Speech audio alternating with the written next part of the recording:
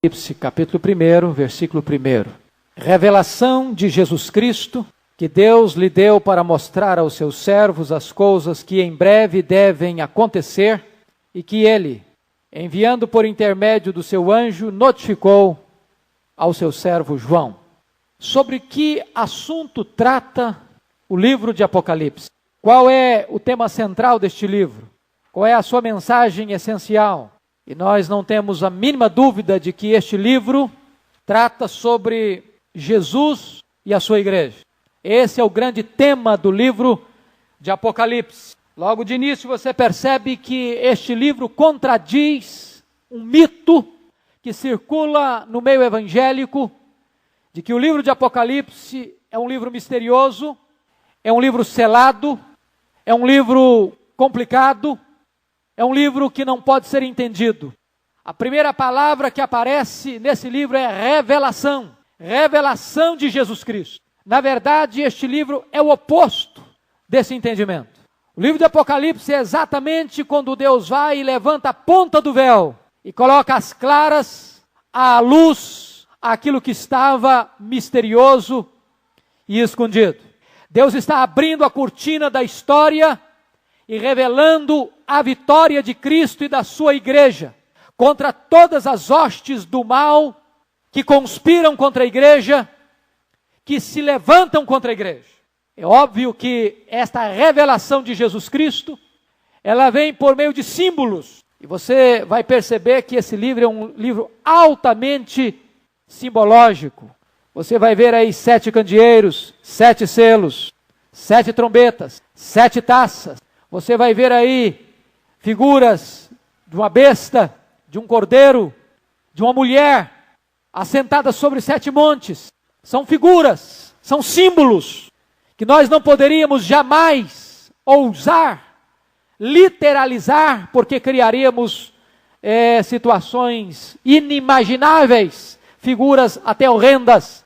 Mas na verdade, num tempo em que a igreja estava sendo perseguida, massacrada, torturada, aprove a Deus que João escrevesse esta verdade do fim em símbolos, para que a igreja pudesse entender com clareza a mensagem, e os infiéis nada pudessem entender dessa mensagem. O Apocalipse tem a ver com as parábolas de Jesus, que ao mesmo tempo que elas revelam a verdade para os filhos do reino, ocultam a verdade para aqueles que são contrários ao reino. A verdade do livro de Apocalipse está detalhadamente clara de que a igreja está absolutamente debaixo do controle de Jesus. Ele está no meio dos candeeiros e ele tem as 7 estrelas nas suas mãos, ou na sua mão direita. Domínio total sobre a igreja. E no capítulo 5, verso 5, quando João chora porque ninguém era digno de abrir o livro e desatar-lhe os selos, recebe ele uma voz dizendo: não chores, porque um foi encontrado digno de abrir o livro e desatar-lhe os selos, o cordeiro que foi morto. E o que significa isso?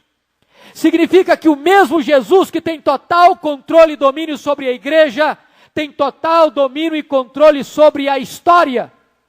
Este livro selado por dentro e por fora é o livro da história da humanidade. E para uma igreja perseguida, para uma igreja torturada, para uma igreja acuada e uma igreja profundamente atacada pelo mundo, pelas hostes do mal, é necessário entender que a vida desta igreja está nas mãos do seu Senhor e que a própria história da humanidade está nas mãos do seu Senhor. A grande tese de Apocalipse é que a história não é cíclica, como alguns pensadores modernos querem defender. Que a história não tem um final trágico. A história não caminha para o caos. Também isto não é verdade. A grande mensagem do Apocalipse é que a história é linear e ela caminha para frente, e ela caminha para o fim, e ela caminha para a vitória retumbante, final e gloriosa de Jesus Cristo e da sua igreja. Esta é a grande mensagem deste livro.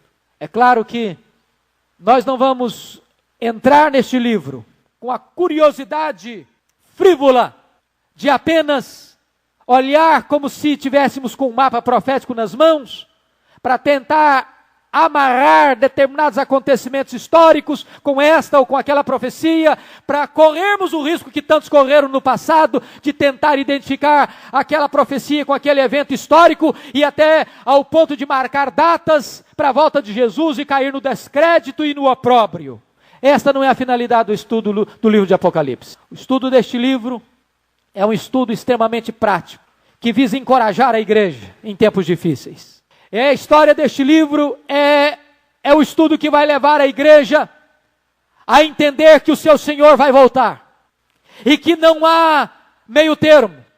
Ou você está do lado de Cristo e da sua igreja, ou você está do lado do dragão, do anticristo, do falso profeta, da grande meretriz.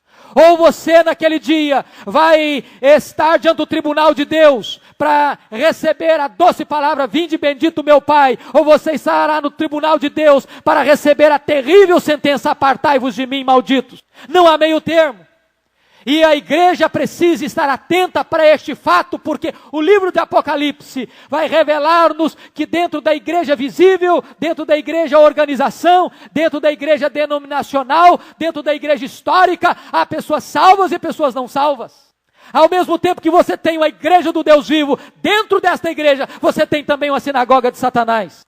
Ao mesmo tempo que você tem uma igreja fiel, você tem também uma igreja que segue a doutrina de Balaão, você tem uma igreja que se prostitui e que nega a sua fidelidade a Cristo. O livro de Apocalipse vem nos alertar que nós não podemos confundir religiosidade com conversão. Que nós não podemos dormir o sono da morte e nos contentar apenas em participar de uma igreja, porque pode ser que sejamos mortos como a igreja de Sardes, ou até pode ser que estejamos a ponto de sermos vomitados da boca do Senhor Jesus como a igreja de Laodiceia. O livro de Apocalipse vai nos encorajar, irmãos, a uma vida de santidade. Podem ter certeza disso. É impossível estudar escatologia sem mexer com o nosso coração no que concerne a santidade. Se Jesus vai voltar, devemos viver como aqueles que vivem em santo procedimento, diz o apóstolo Pedro, apressando e preparando-se para a vinda do dia de Deus. Qual é o propósito desse livro? Eu quero dizer para vocês hoje que meu estudo ficará apenas na introdução. Nós hoje não exporemos o capítulo 1, porque entendo que se nós não dermos essa introdução, seremos como uma caravana que vai entrar num ônibus ou num Boeing, sem saber para onde está indo. Isso não é sensato, não é seguro. Você ser convidado para participar de um curso, de uma exposição de um livro, sem saber que direção nós queremos dar, para onde nós estamos indo e aonde nós queremos chegar. Então, nessa introdução, nós gostaríamos de dizer para vocês onde nós queremos ir, para onde nós queremos caminhar, para onde nós queremos seguir na interpretação desse livro. A interpretação desse livro tem um propósito. Qual é o propósito? O propósito é confortar a igreja militante em seu conflito com as forças do mal, para entender que o seu Senhor reina, que o seu Senhor tem controle de todas as coisas e que a sua vida está segura nas mãos deste Senhor vitorioso. Se não, vejamos. Você vai ver nesse livro que Jesus Cristo vê as lágrimas da igreja e enxuga essas lágrimas. Você vai ver neste livro que as orações da igreja, em tempos de provas, são um instrumento revolucionário nas mãos de Deus, para mudar o curso da história. Meus irmãos, se a igreja apenas pudesse entender o que está em Apocalipse 8, 3-5, isso já mudaria a nossa sorte. Porque diz a Bíblia que quando as orações dos santos são levadas no trono de Deus, a Bíblia diz que essas orações são lançadas sobre a terra, e há relâmpagos, e há trovões, e há revolução na terra.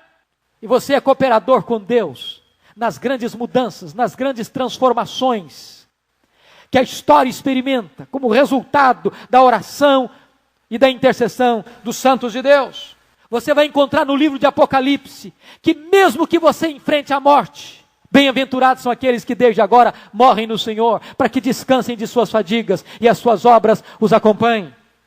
Você vai perceber que no livro de Apocalipse, o sangue dos crentes vai ser vingado, e as almas daqueles que foram martirizados, clamam: até quando, ó soberano do universo, não vingarás o sangue dos justos?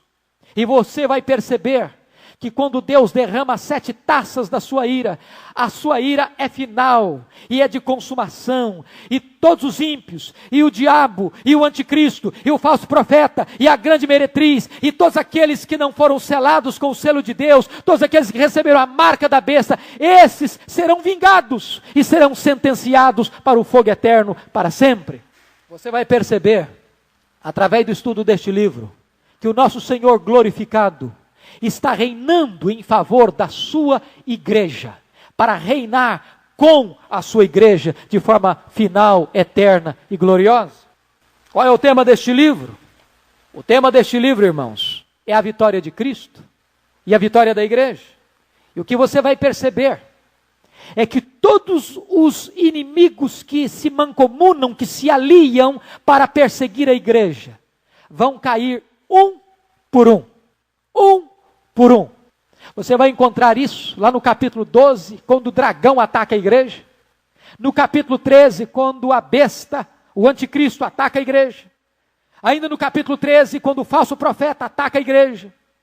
Quando você vai ver no capítulo 12, como vai aparecer também lá nos capítulos 17 a 19, a grande meretriz, a grande Babilônia, esse sistema mundial corrompido, maligno, atacando a igreja.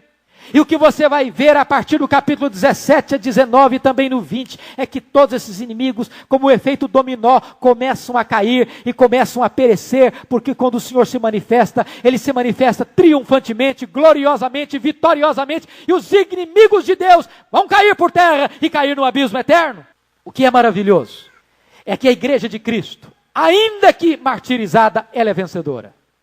Há um fato que parece paradoxal no livro de Apocalipse, por exemplo, é que você vai ler que o anticristo, a besta que surge do mar, vai lutar contra os santos e prevalecer sobre eles. De que maneira? Matando-os. Não tenham dúvida disso. Ao longo da história da humanidade, esta força demoníaca, através do braço da política, tem massacrado cristãos.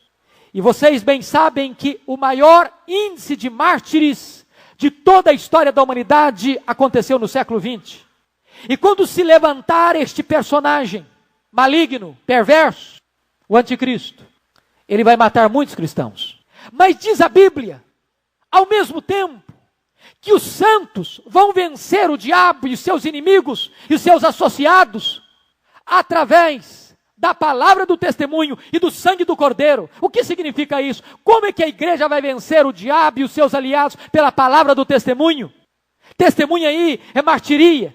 Significa o seguinte, que quando um crente, por causa da sua fidelidade a Deus, está pronto a morrer por causa da sua fé, o diabo pode vencê-lo matando-o, mas ele vence o diabo amando mais a Cristo do que a sua própria vida, preferindo a morte que negar ao seu Senhor. E nessa morte estará vencendo o diabo e os seus aliados. Ou seja, o que o livro de Apocalipse nos mostra é que um crente fiel ao Senhor Jesus é invencível, é imbatível, mesmo que ele morra, ele triunfa, ele é vencedor. Este livro foi escrito pelo apóstolo João, durante o governo de Domiciano, por volta aí do ano 90 a 96, e vocês sabem que Domiciano foi chamado de segundo Nero, foi o imperador romano que arrogou para si o título de Senhor e Deus, e que abre contra a igreja uma perseguição brutal e sangrenta, período em que João é banido para a ilha de Pátimos, já idoso, num tempo de massacre e tortura, e Deus então aparece a João na ilha de Pátimos, revela-se a ele através do seu filho, numa revelação de glória, e diz a Bíblia que manda uma mensagem às igrejas da Ásia, e eu quero entender que essas igrejas não referem-se apenas a igrejas específicas da Ásia, mas essa é uma mensagem para a igreja universal, não na perspectiva dispensacionalista, que sejam fases da história da igreja, mas que em cada momento da história da igreja, nós vemos as realidades das 7 igrejas, você tem igreja fiel, igreja apóstata ao mesmo tempo, dentro de uma mesma comunidade. Mas quando chega o capítulo 4, João recebe um convite, o céu se abre, E ele recebe um convite: vinde, vem, sobe. E então Deus mostra para ele o cenário da história que há de acontecer, não apenas no tempo do fim, mas ao longo da história da humanidade, culminando nesse fim. O livro de Apocalipse, meus irmãos, precisa ser interpretado, e não é muito simplista dizer que este livro tem sido facilmente interpretado. Pelo menos 3 interpretações básicas são usadas para interpretar o livro de Apocalipse. A primeira linha é chamada de linha preterista ou passada. São aqueles que entram no livro de Apocalipse pensando o seguinte: que este livro foi escrito para a igreja primitiva num tempo de perseguição, e que apenas o livro se refere àquele tempo de perseguição durante o Império Romano, e que, portanto, esse livro consumou seu propósito à medida que encerrou a sua mensagem para aquela igreja mártir. E que o livro de Apocalipse não tem mais nenhuma pertinência ou atualidade ou mensagem para os dias de hoje. Nós não podemos concordar com essa interpretação. Embora, primariamente, o livro de Apocalipse foi escrito para a igreja primitiva para atender uma necessidade do momento, jamais poderíamos dizer que a finalidade desse livro se limitou, se restringiu à igreja primitiva. O oposto da corrente preterista é a linha futurista. Os intérpretes desta linha futurista olham para o Apocalipse da seguinte maneira: esse livro tem os primeiros 3 capítulos se dirigindo à igreja da época, mas a partir do capítulo 4, este livro só tem a ver com os eventos do fim. Mormente os dispensacionalistas que pensam que a partir do capítulo 4 há um arrebatamento secreto da igreja, e que a partir daí Deus começa a tratar apenas com a nação de Israel, que fica sob o período da grande tribulação de 7 anos, sob o governo cruel e sanguinário do anticristo, e que depois então de 7 anos de grande tribulação, Jesus Cristo vem visivelmente para implantar um reino milenar, físico e terreno, e reinar com a sua igreja 1000 anos aqui na terra, período em que Satanás será preso. Depois desses 1000 anos, Satanás seria solto para a revolução final. E então, o Senhor Jesus Cristo consumaria sua retumbante vitória sobre o diabo, lançando no lago do fogo, e estabelecendo o juízo final, e estabelecendo novos céus e nova terra. Nós também não concordamos com esta interpretação, porque ela não faz justiça à história da igreja. Dizer que o livro do Apocalipse é um livro apenas para o tempo do fim, que esse livro não teve uma mensagem para a igreja primitiva e nem para nós hoje, seria limitar por demais a mensagem deste glorioso livro da revelação divina. Portanto, nós entendemos que a melhor interpretação desse livro é aquela interpretação que nós poderíamos chamar de interpretação histórico-espiritual. O livro de Apocalipse foi um livro real e pertinente para a igreja primitiva. Foi um livro atual e pertinente para os pais da igreja. Foi um livro atual e pertinente para os reformadores. É um livro atual para a igreja de hoje. Mas é um livro que aponta para o fim e para a consumação de todas as coisas. Ele não se limita apenas a uma parcela da igreja, a um tempo específico da igreja, mas é um livro que cobre toda a história da igreja. E assim entendeu Agostinho de Hipona, o maior teólogo da igreja depois do apóstolo Paulo. Assim entenderam os reformadores. Assim entenderam as confissões de fé de linha reformada. Assim entendem a maioria dos teólogos reformados também da atualidade. Como entender esse livro? Há 3 correntes que nós precisamos ter uma visão, pelo menos hoje, rápida. E à medida que nós formos expondo esse livro, nós vamos compreender melhor esta visão. A primeira interpretação do livro, poderíamos chamar aquela que foi chamada de pós-milenista. Por quê? Talvez o ponto-chave que tem sido o pomo de discussão desse livro tenha sido o capítulo 20, que trata do milênio. E então as correntes se reúnem ao redor desta questão do milênio. E os pós-milenistas entenderam o seguinte: que o cristianismo vai avançar, que a igreja cristã vai crescer, que o mundo vai ser cristianizado, e que a igreja vai experimentar um avivamento tão poderoso, tão extraordinário, um derramamento do Espírito tão copioso, que a igreja vai empurrar as portas do inferno e fazê-las recuar. E o evangelho vai penetrar nas tribos, nos povos, nas nações. E o mundo vai ser ganho para Cristo. Então, eles entendiam que a linguagem de Abacuque se cumpriria na terra. Haverá um tempo em que o conhecimento do Senhor encherá o mundo como as águas cobrem o mar. E se você perceber, os séculos 17, 18 e 19 foi o tempo áureo das missões, quando o mundo estava sendo invadido pelas missões, e as nações estavam se curvando diante do Senhor, e os grandes teólogos desse século levantaram-se, como Charles Hodge, como Jonathan Edwards, para dizer, é agora, é agora. Os missionários se levantaram para ir para o mundo inteiro, dizendo, nós vamos ganhar o mundo para Jesus. Os hinos missionários brotaram neste tempo com Charles Wesley. É agora, a igreja vai avançar e nós vamos cristianizar o mundo. Ao ponto de Lorraine Bittner chegar a achar que uma maioria esmagadora será salva e apenas uma pequena minoria perecerá. E que quando nós chegarmos a esse tempo áureo, então Cristo vem depois do milênio, porque não entende o milênio literal, e então nós estaríamos num tempo de apoteose antes da volta do Senhor Jesus Cristo. É bem verdade, e eu concordo com Mark Lloyd Jones, que nós não podemos entender um homem fora do seu contexto. Seria uma injustiça, você querer entender um homem fora do seu contexto histórico. Certamente, se os pós-milenistas vivessem depois do período das 2 guerras mundiais, se os pós-milenistas vivessem neste século XX, final do século XX, começo do século XXI, com apostasia galopante, com a iniquidade crescendo, com campos se fechando a janela 1040, o islamismo alargando as suas asas e fechando as portas para a pregação do evangelho, talvez eles não fossem ardorosos defensores do pós-milenismo. E nós não subscrevemos certamente esta interpretação pós-milenista, porque entendemos que ela peca na hermenêutica por não entender que o tempo do fim será marcado por um período de apostasia, quando Jesus diz, porventura, quando o Filho do Homem vier, encontrará fé na terra. A segunda corrente, irmãos, e talvez a mais popular nos dias de hoje, é a corrente pré-milenista, mormente a corrente dispensacionalista. É preciso dizer que esta interpretação pré-milenista, mormente o dispensacionalismo, é bem recente. O dispensacionalismo começa com John Nelson Darby, na Inglaterra, no começo do século XIX. E esta interpretação é extremamente popular. Eu, por exemplo, estava dando uma olhada na minha biblioteca, dos mais de 30 comentários que tem do livro de Apocalipse, mais de 24 deles são de linha pré-milenista. Por que isso? Precisamos entender isso.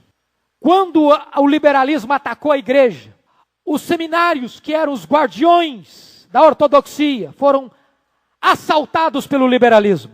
O que aconteceu?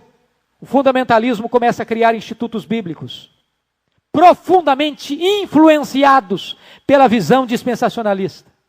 E ela se popularizou através das notas de rodapé da Bíblia de Scofield, dos livros de Hal Lindsey, Agonia do Planeta Terra, da revista mundialmente conhecida de Vim Malgo, A Chamada da Meia-Noite, com os livros e filmes hoje popularíssimos no mundo, deixados para trás de Hal Lindsey, que tem esta visão. Qual é a visão dispensacionalista? Que nós não podemos concordar com ela. Primeiro, o dispensacionalismo faz uma distinção entre Israel e igreja. Por exemplo, o livro de Apocalipse tem a ver com Israel.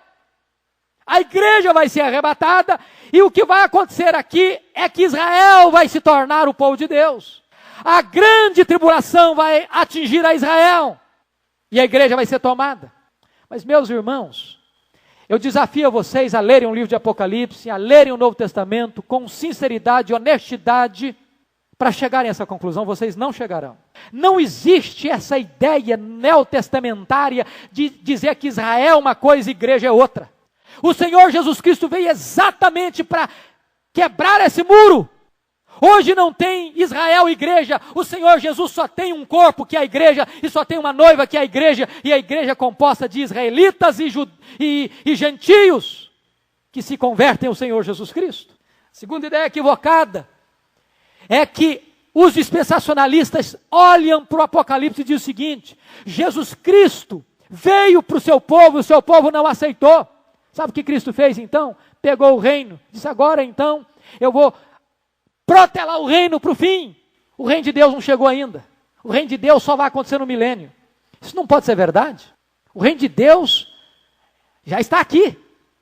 O reino de Deus está dentro de vós. Nós somos filhos do reino. O reino de Deus é a mensagem central do Novo Testamento. Todo aquele que crê no Senhor Jesus está debaixo do senhorio de Cristo, é súdito do reino.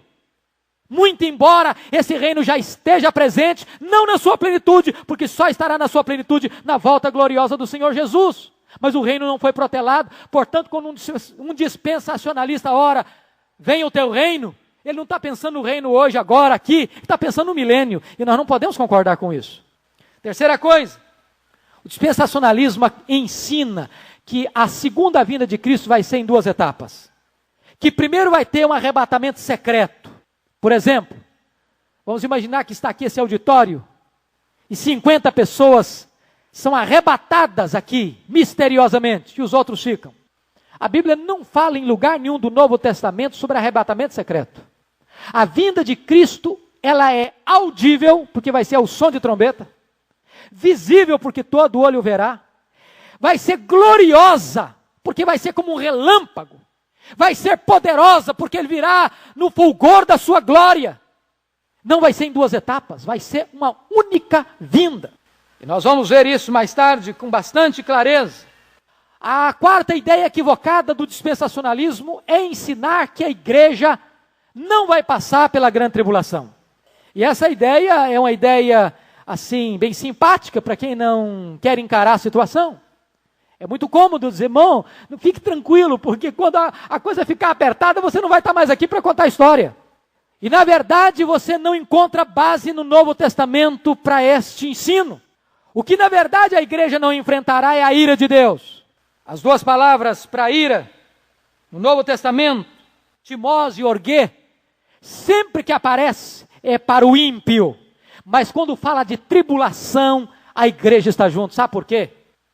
A tribulação não é a ira de Deus contra os pecadores, mas sim a ira de Satanás, do anticristo e dos ímpios contra os santos. E a igreja enfrentará essa grande tribulação.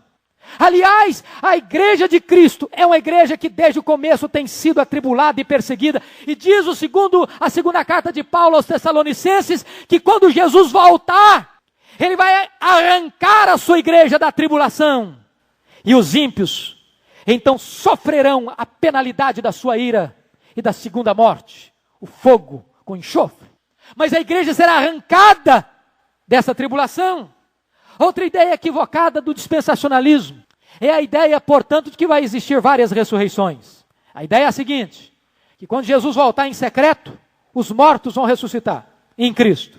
Depois da grande tribulação, quando Jesus voltar visivelmente, vai ter outra ressurreição daqueles que morreram por causa da perseguição do anticristo. Depois do milênio, vai ter outra terceira ressurreição. Mas a Bíblia não ensina 2, 3 ressurreições.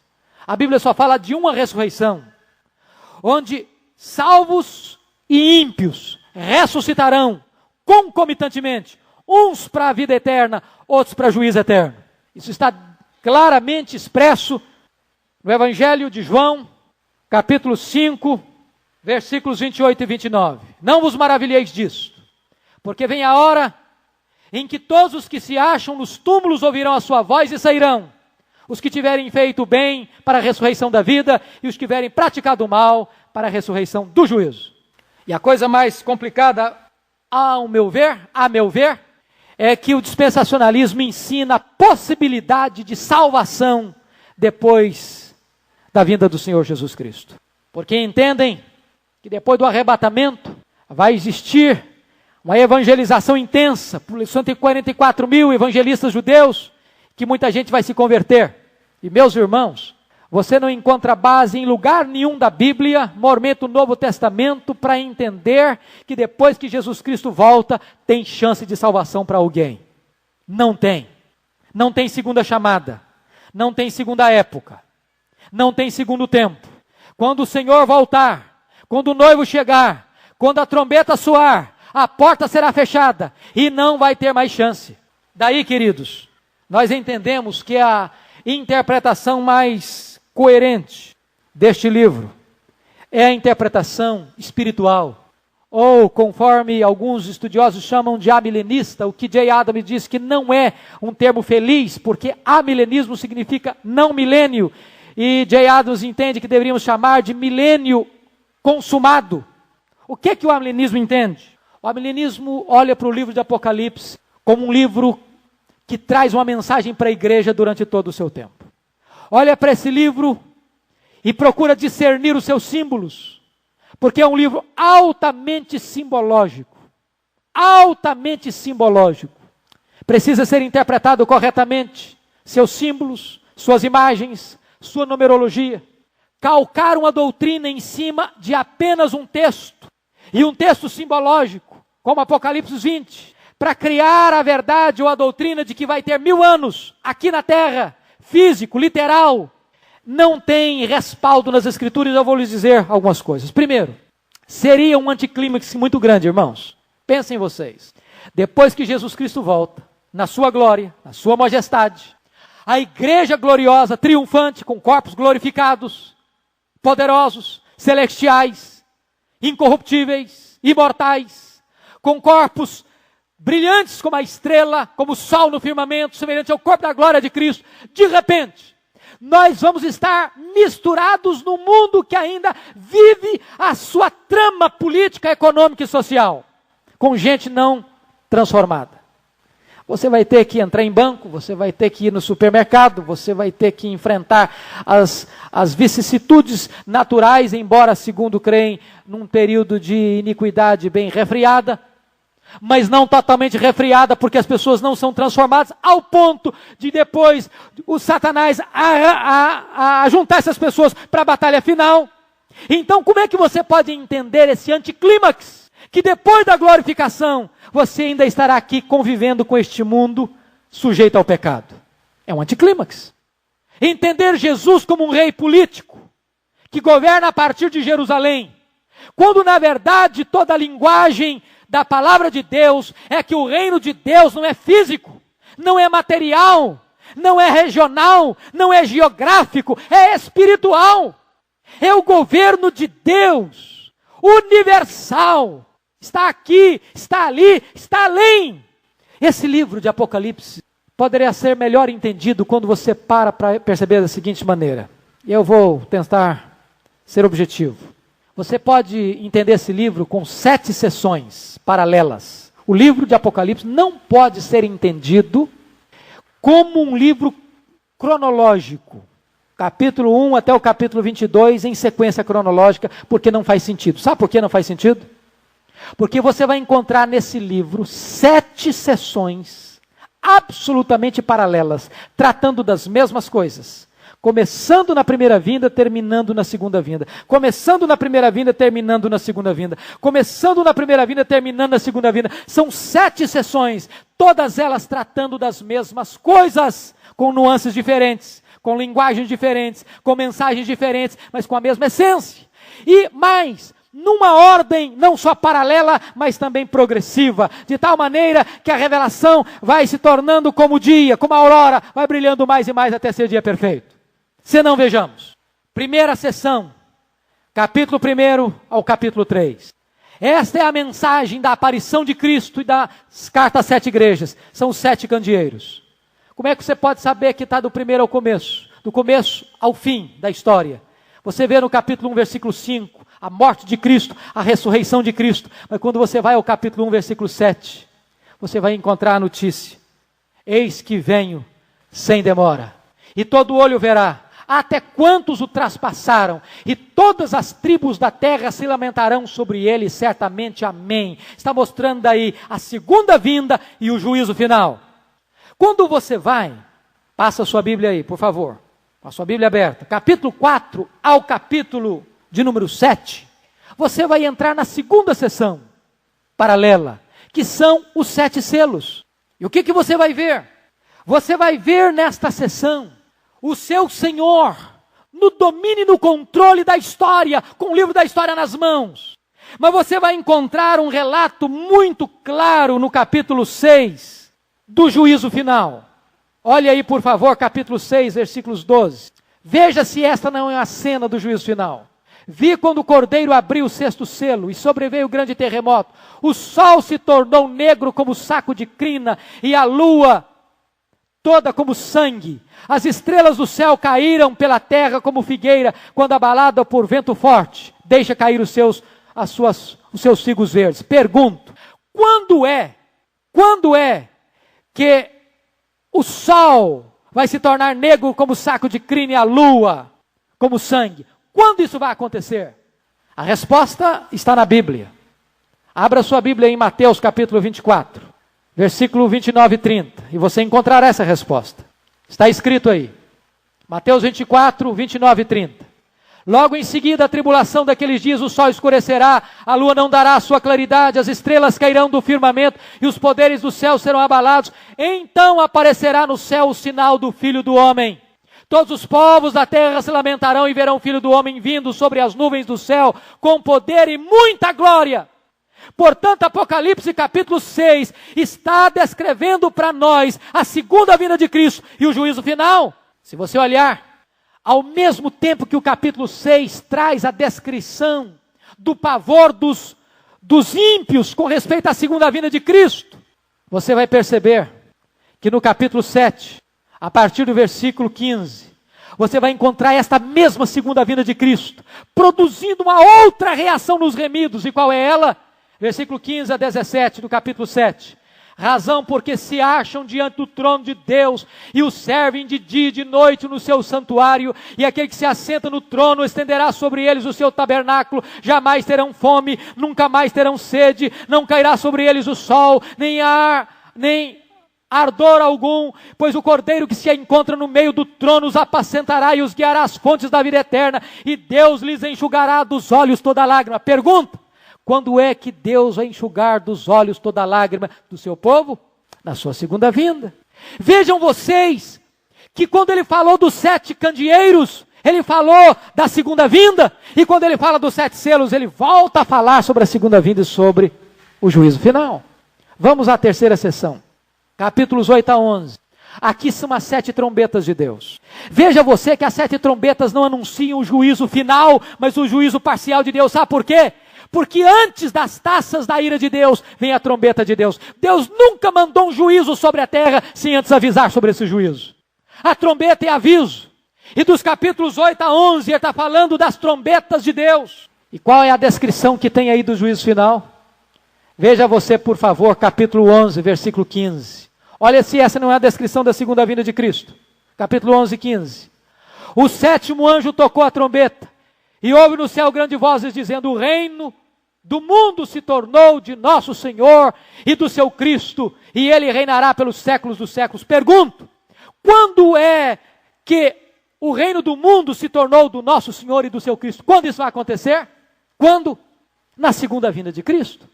Como é que eu vou provar isso pela Bíblia? Abra sua Bíblia em 1 Coríntios, capítulo 15, verso 23. Por favor. 1 Coríntios, capítulo 15, verso 23. Você vai ler o seguinte: cada um, porém, por sua própria ordem, Cristo, as primícias, depois os que são de Cristo na sua vinda. Então virá o fim, quando ele entregar o reino ao Deus e Pai, quando houver destruído todo o principado, bem como toda a potestade e poder. Sabe o que está acontecendo? Jesus está reinando hoje, e diz a Bíblia que convém que ele reine até que ele coloque todos os seus inimigos debaixo do estrado dos seus pés. Que inimigos são esses? O diabo, o anticristo, o falso profeta, a grande Babilônia, ou a grande meretriz, aqueles que receberam a marca da besta, os ímpios, o inferno e a morte, que é o último inimigo a ser vencido. Quando todos esses inimigos estiverem liquidados, o Senhor Jesus então entregará o reino ao Deus e Pai, para que Deus seja tudo em todos, louvado seja o Senhor. Esta é a cena que está sendo narrada aqui, no capítulo 11, nesta terceira sessão paralela. Vejam vocês que ele não está pegando o livro do começo e indo para um ponto culminante, mas são sessões que cada uma delas vai mostrando as mesmas verdades. Vamos à quarta sessão. Me dê um tempinho de explicar uma coisa importantíssima aqui para vocês. É importantíssimo vocês entenderem isso para nós entrarmos depois, quarta-feira que vem, no livro. Esse livro tem 7 seções paralelas, mas tem 2 divisões principais. As 2 divisões principais são capítulo 1 a 11. No capítulo 1 a 11 é o mundo e o ímpio que ataca a igreja. Mas dos capítulos 12 a 22, não é o mundo nem o ímpio que está atacando a igreja. Quem está atacando a igreja fundamentalmente é o diabo e os seus agentes. A batalha se torna mais titânica e mais renhida. Pois bem, veja agora a 4ª sessão paralela, capítulos 12 a 14. Se você perceber, o capítulo 12 começa com o nascimento de Cristo. É a mulher que vai dar à luz um filho, e esse filho é Jesus. E quando essa mulher, que é a igreja, dá à luz a Jesus, o dragão persegue a igreja. E no capítulo 13, levanta-se a besta do mar, que é o anticristo, para perseguir a igreja. E da terra levanta a outra besta, que é o falso profeta, que é o poder religioso, que se mancomuna com o poder político, para perseguir a igreja. E qual é o cenário que você percebe aí da segunda vinda de Cristo? Por favor, abra sua Bíblia no capítulo 14, versículos 14 a 16. Você vai ver que aí está a descrição da segunda vinda. Diz assim, capítulo 14, versículos 14 a 16. Olheis e eis uma nuvem branca, e sentado sobre a nuvem um semelhante a filho do homem, tendo na cabeça uma coroa de ouro, e na mão uma foice afiada. Outro anjo saiu do santuário gritando com grande voz, para aquele que se achava sentado sobre a nuvem: toma a tua foice e ceifa, pois chegou a hora de ceifar, visto que a seara da terra já amadureceu. E aquele que estava sentado sobre a nuvem passou a sua foice sobre a terra, e a terra foi ceifada. Pergunto, quando é que acontecerá a ceifa? Quando? É no fim? É na consumação? É na segunda vinda de Cristo? Prova disso? Abra sua Bíblia. Mateus capítulo 13. Olha aí, por favor, que você vai encontrar essa resposta. Mateus 13, a partir do verso 37. E Jesus respondeu: o que semeia a boa semente é o filho do homem. O campo é o mundo. A boa semente são os filhos do reino. Os joios são os filhos do maligno. O inimigo que semeou é o diabo. A ceifa é a consumação do século. E os ceifeiros são os anjos. Pois assim como o joio é colhido e lançado ao fogo, assim será na consumação do século. Mandará o Filho do Homem e os seus anjos, que ajuntarão do seu reino todos os escândalos e os que praticam a iniquidade, e os lançarão na fornalha acesa. Ali haverá choro e ranger de dentes. Então os justos resplandecerão como o sol do reino de seu Pai. Quem tem ouvidos para ouvir, ouça. Veja você que esta é uma descrição da segunda vinda e do juízo final. E então nós vamos para a 5ª sessão paralela, capítulos 15 e 16, e aqui é a sessão das 7 taças. E se você perceber, as 7 taças agora são dirigidas aos mesmos locais das trombetas, porém nas trombetas era apenas 1/3 que era destruído, agora é uma destruição total. Porque aquilo que Deus alertou, agora Deus consuma.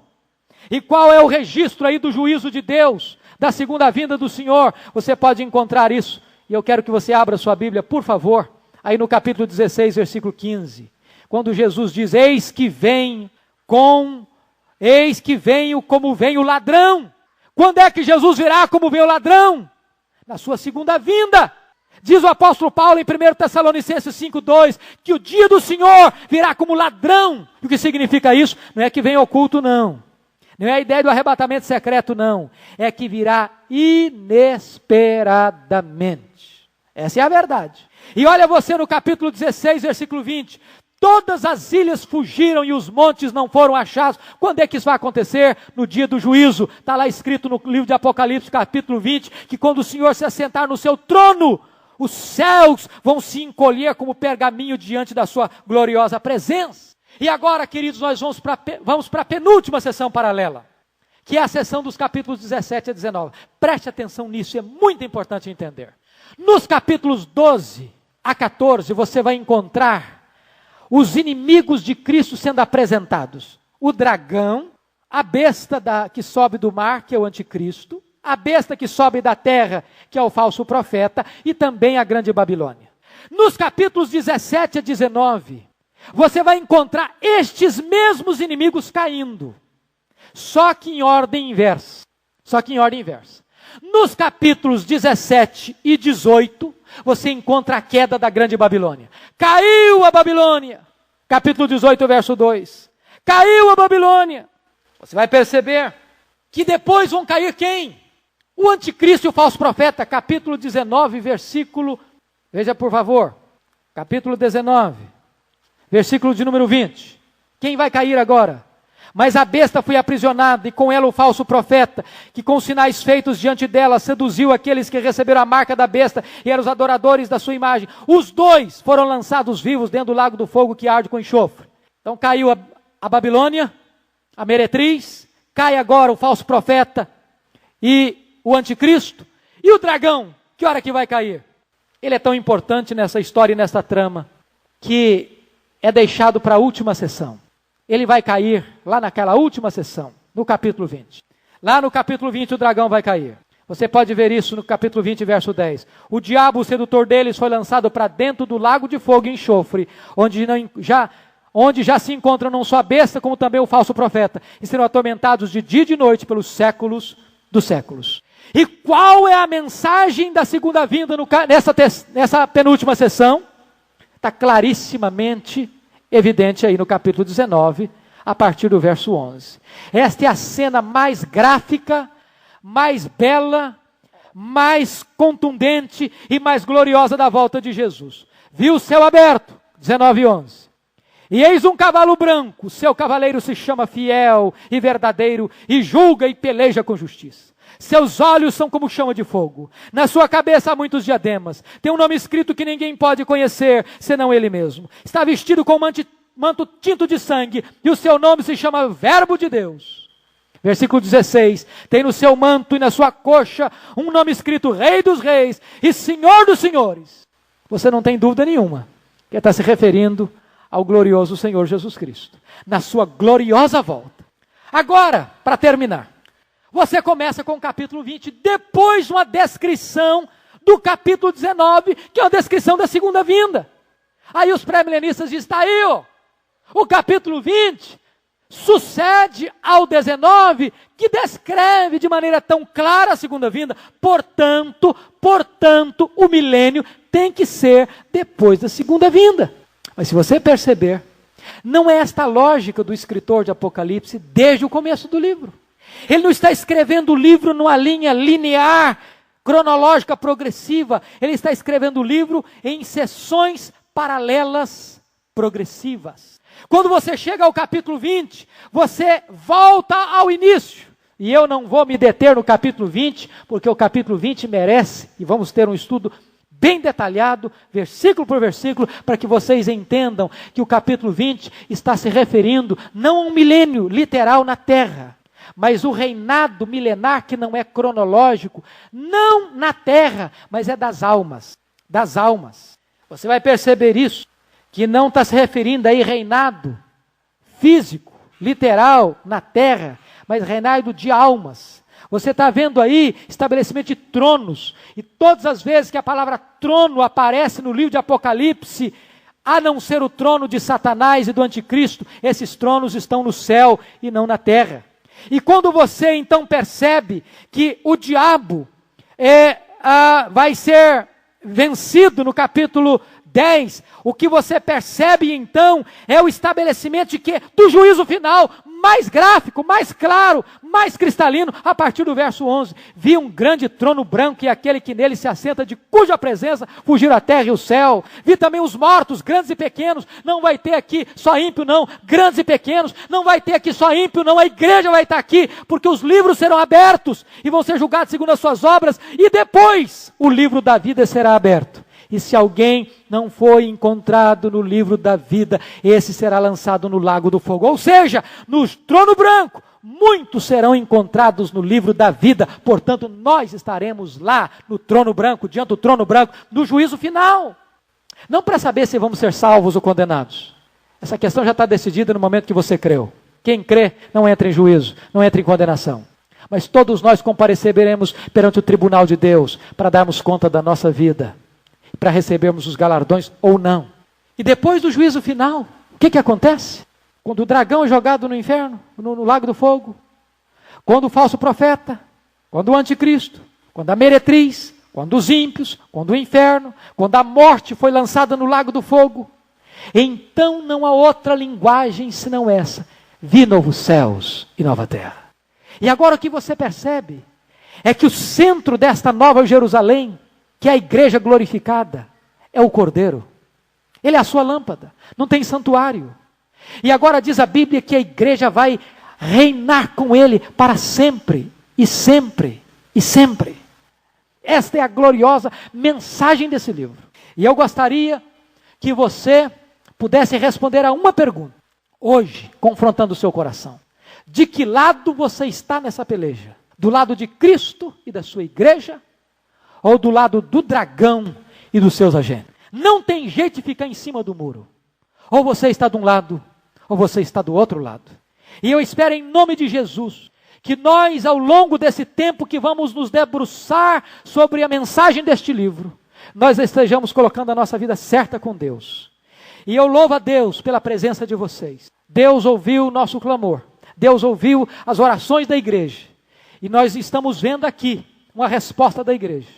E eu gostaria, irmãos, o presbítero Fábio me disse isso, quem sabe Deus vai nos dar um grande despertamento nessa cidade a partir do estudo desse livro. E eu sei que você pode se tornar um anunciador dessa mensagem. Fale para o seu vizinho, fale para o seu parente, fale para o seu amigo, fale para alguém, olha, vamos lá. E o que eu espero em nome de Jesus é que quando o povo passar aqui em frente na quarta-feira, dizer o que está acontecendo nessa igreja. Pastor Seni tem uma frase que eu gosto muito, diz o seguinte: olha, a gente devia vir para a igreja, ainda que você não queira fazer nada na igreja, apenas para fazer número, já é alguma coisa. Já é alguma coisa. Mas eu sei que você virá não só para fazer número. Eu sei que você virá para estudar a palavra, para colocar a sua vida nas mãos de Deus e para se encantar com a glória do Cordeiro de Deus, que está montado neste cavalo branco, saiu vencendo e para vencer. E é o vencedor que nós pertencemos. E é o seu exército que nós seguimos para a glória do Senhor Deus. Que Deus nos abençoe. Amém.